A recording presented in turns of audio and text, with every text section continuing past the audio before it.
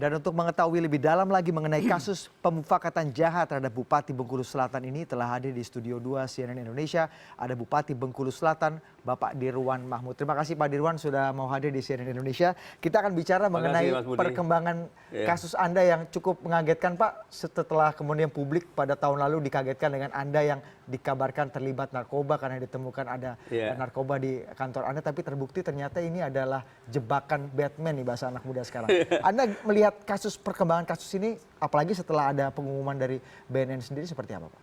Saya pikir pertama saya ucapkan terima kasih atas nama pemerintah daerah memberikan apresiasi yang luar biasa kepada BNP dan BNN yang bisa mengungkap kasus ini. Ya terus terang saya dengan kejadian ini tidak menyangka sama sekali ada mantan bupati di situ, ada sekda di situ, ada petugas BNP di situ. Ya ini saya tidak menyangka sama sekali. Tapi ketika diperiksa, saya pikir luar biasa nih. Kalau begini ceritanya ini waspada semua barangkali para bupati-bupati yang terpilih atau gubernur terpilih. Dengan kondisi ini sedikit merusak tatanan demokrasi kita. Oke. Ya, kalau kita mundur sedikit Pak, ketika Bapak diringkus pada Mei 2016 yang lalu Pak ya, kemudian dibawa harus dicek sana sini untuk membuktikan Anda memakai narkotika atau tidak. Ada kejanggalan apa atau motif-motif skenario apa yang ketika itu ada di kepala Anda? Ini siapa yang menjebak Anda atau saya? Kenapa seperti ini gitu? Saya pikir kalau kejanggalan itu dari saya ditelepon awal ketika saya dipanggil oleh sekda saya, ketika itu janggal. Pertama beliau mengatakan bahwa Pak Bupati ada dari Polda di sini di kantor. Oke, itu Mei 2016 ya Pak ya? Iya, saya datang ke sana ya dalam kaitan dengan Hari Maulid Nabi ketika itu saya menghadiri. Saya datang nyata ada BNN datang bukan Polda. Ya, BNN yang datang dengan seragam mereka dan mereka katakan kepada saya, Pak Bupati izin kami akan memeriksa ruang Bapak. Ada indikasi di ruang Bapak ini sering melakukan pemakaian narkoba. Ruang Bapak, ruang sekda dan ruang wabub. Saya bilang silakan. Tapi ketika ada di ruang saya itu nanti pasti orang lain yang masukkan ini saya bilang. Bapak langsung bilang begitu? Iya, benar saya bilang begitu. Bapak sudah curiga ketika ada curiga.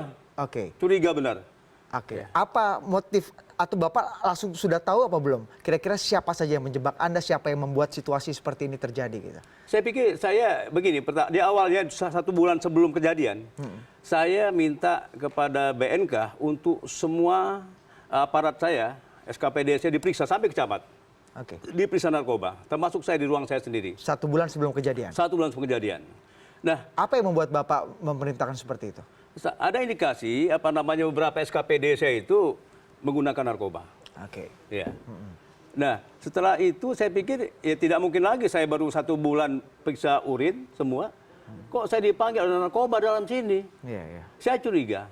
Nah, ketika itu Pak Herli yang Kabid Berantas BNNP minta pada saya untuk tunggu di luar dan ajudan saya masuk ke dalam.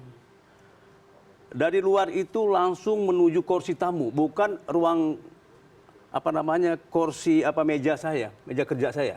Jadi langsung menuju ke tempat di mana narkotika itu ditaruh gitu. Ditaruh, iya. Menuju langsung ke sana, ya ketemu. Yang kedua di samping kulkas saya, di lantai. Jadi aneh. Jadi tidak menyisir ruangan dari ujung pintu ke belakang gitu Pak? Di bopet saya kan ada, ke bopet saya ada, kursi saya ada di sana, kursi kerja saya. Tapi tidak diperiksa? Tidak diperiksa, itu kecurigaan saya sama sekali. Ini ada permainan, tapi ya sebagai orang yang disangkakan ketika itu saya tidak bisa berbuat banyak, tapi saya protes.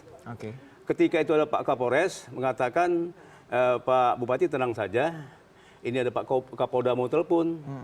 Telepon ke Pak Kapolda. Minta dengan Pak Herli itu yang Kabid Antasya untuk memberhentikan pemeriksaan saya. Ya. Kemudian diberhentikan. Dan saya mau mau ditangkap ke BNP tadinya.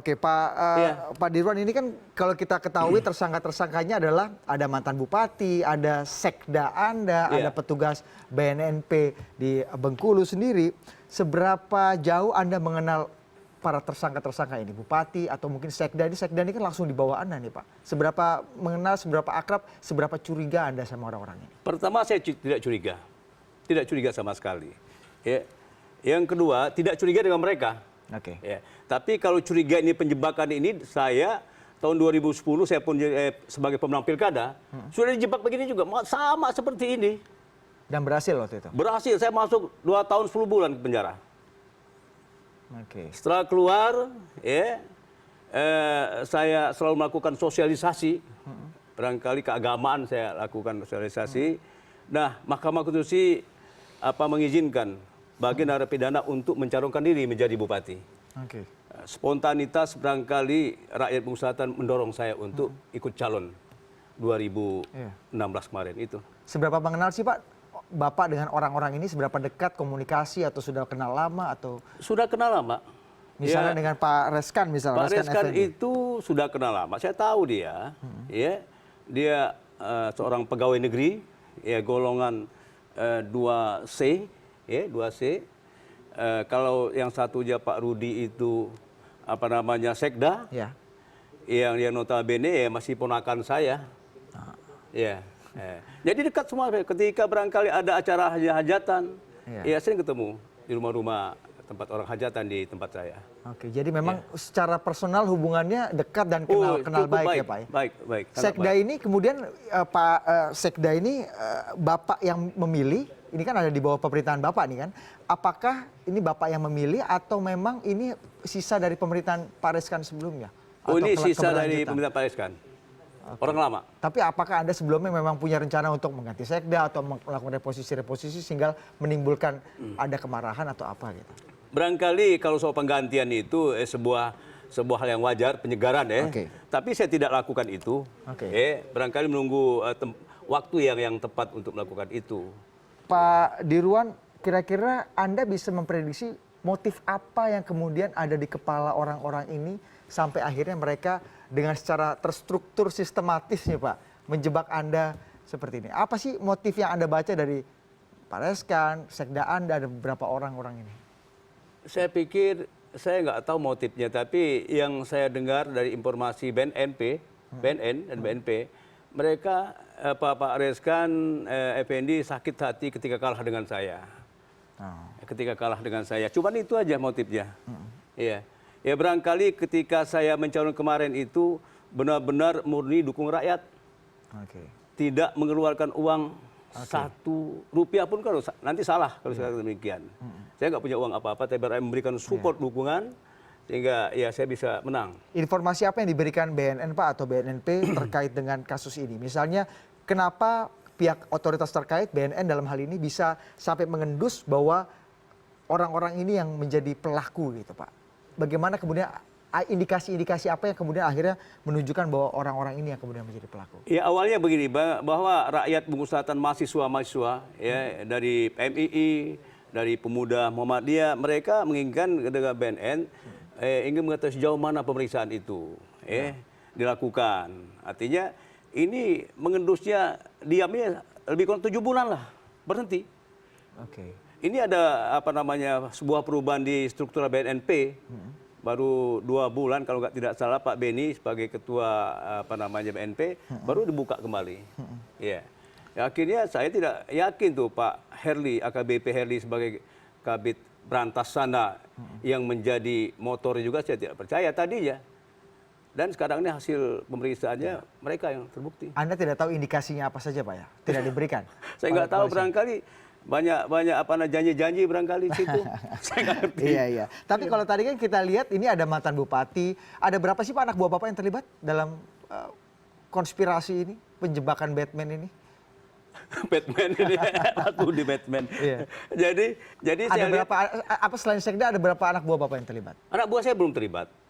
Sekda itu sudah ingin pindah sendiri, mengajukan pindah ke Kabupaten Mukomuko sebagai kepala DPW KAD Keuangan sana. Ya. Ini baru terlibat di sana ketika beliau sudah pindah ke Mukomuko. Nah, sipil BNP sendiri ada, polisinya ada, selain itu ada LSM wartawan. Nah, di Pemda saya sendiri belum ada yang terlibat. Saya masih meyakini bahwa di tempat saya itu ada itu. Nah, itu dia. Ini ada ruang-ruang, kita berikan ruang kepada BNP dengan BNK bekerja secara profesional untuk pengungkapan itu. Itu yang mau saya tanya. Ini kan Iya. tersangka ada 6 atau 7 Pak ya? 7. 7 orang. Kemudian seberapa yakin Pak Dirwan bahwa memang hanya 7 orang ini saja yang berkomplot, berkonspirasi untuk menjebak Anda dalam kasus ini? Atau mungkin masih ada orang-orang lain yang mungkin saja orang yang sangat dekat dengan Anda Pak di lingkungan pemerintahan misalnya? Saya pikir masih ada Pak Budi, tapi saya nggak bisa menerka-nerka itu sih. Kita silakan kepada BNP untuk membuka itu secara proporsional. Siapapun terlibat saya mau itu diumumkan. Tapi Anda yakin bahwa masih ada yang terlibat? Saya pikir masih ada. Indikasinya apa? Perasaan, feeling, atau ada bukti-bukti lain yang kayaknya Anda lihat bahwa Enggak begini, persoalannya begini Mbak Budi. Kegiatan ini telah lama terencana sama sekali. Rapat di sini, beberapa kali rapat, pertemuan mereka ini. Artinya yang saya tahu informasi yang saya dengar dari kawan-kawan kita juga bahwa ada beberapa orang yang ikut dalam rapat itu. Yang notabene bukan yang sekarang ini yang tersangka.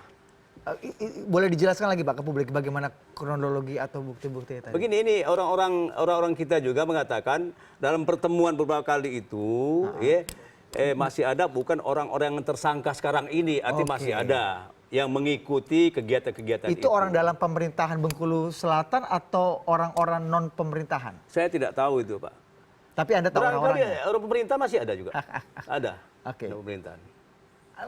Ini kan kalau kita bicara berarti masih ada orang-orang pemerintah yang Anda curigai ya Pak ya? Masih ada. Orang pemerintahnya masih ada. Meskipun belum ada buktinya dan kepolisian belum bertindak, tapi Anda tahu.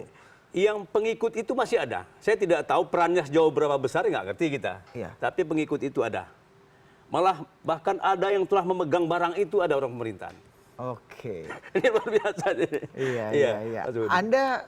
Anda tahu nih Pak, ada orang-orang pemerintahan yang meskipun belum bagian dari 7 orang tersangka ini yang kemungkinan besar terlibat dalam konspirasi ini.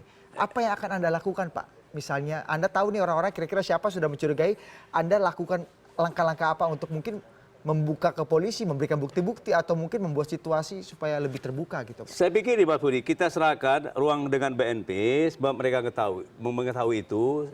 Dikarenakan ada 7 orang yang tersangka sekarang ini kan ada saling keterkaitan, ya. Oleh sebab itu mereka lebih tahu itu. Dan saya yakin mereka sudah ada yang diperiksa juga. Oke. Sudah diperiksa BNN, sudah ada. Ya, tapi belum konteksnya belum tersangka. Tapi Anda kurang lebih tahu ya Pak, kira-kira siapa saja orangnya meskipun Anda tidak bisa menyebutkan secara terbuka di sini. Iya, pokoknya kita serahkan dulu lah ke BNN. Saya pikir begitu. Pak, kita mundur sekian tahun lalu ke belakang, Anda juga 6 tahun lalu pernah terkena kasus yang sama. Boleh diceritakan seberapa mirip kasus yang dulu Anda lakukan atau Anda terima dengan apa yang terjadi sekarang? Tapi Anda terbukti loh 6 tahun lalu Pak. Iya memang. Terbukti sampai begini, karena terbukti saya mau ke MK, Mahkamah Konstitusi, karena saya gugat MK itu dalam judicial review saya. Saya mau ke MK dari Bengkulu, ketika di Kalianda saya di stop mobil saya, ketemu sebuah ekstasi. Itu 6 tahun lalu? 6 tahun yang lalu, ketemu sebuah ekstasi.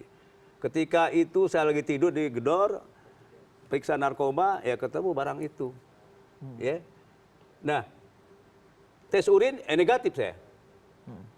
Negatif tes urin. Ketika itu. Tapi memang tempatnya dalam tas saya, kata dia. Katanya dalam tas saya, kan begitu persoalannya. Saksi-saksi yang melihat atau yang ada di samping Anda bisa berkata ya itu bukan di tas Anda atau gimana? Ya bayangkan ketika jam 3 subuh, lagi ngantuk barangkali itu ya semuanya tidak terpikirkan bagaimana. Dibuka bagasi belakang, buka tas ya ada ekstasi. Anda ketika itu bupati terpilih Pak? Iya. Anda lagi melakukan penggugatan ke judicial review ke MK waktu itu. Oke. Ya. Tapi Anda kemudian menerima hukuman yang Anda terima itu waktu itu. Maka saya katakan, Mas Budi, saya alhamdulillah terima kasih. Artinya kalau mengingat sebuah sejarah ini, saya ditempatkan di LP, saya anggap sekolah di sana, pesantren. Sehingga kampus itu ya Pak? Saya memahami sebuah kehidupan, arti hidup kaitan dengan keagamaan yang saya anut itu.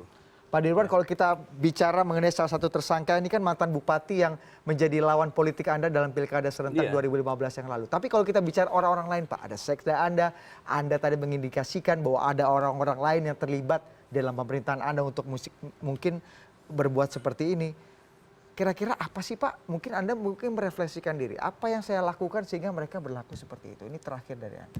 Saya sebenarnya tadinya saya terpilih jadi Bupati Bengkulu Selatan 6 tahun yang lalu, 7 tahun yang lalu. Ya, lalu kursi saya diambil. Diambil kursi saya kan? Diambil, saya menang telak saya diambil, ya Pak Reskan jadi bupati. Saya tidak pernah melakukan sebuah gerakan apapun juga. Itu wakil Anda atau lawan politik Anda dalam pemilihan? Siapa? Pak Reskan ini. Pak Reskan lawan saya. Lawan politik Kalah dengan saya, sama dengan sekarang ini. Oke. Nah, dia dilantik.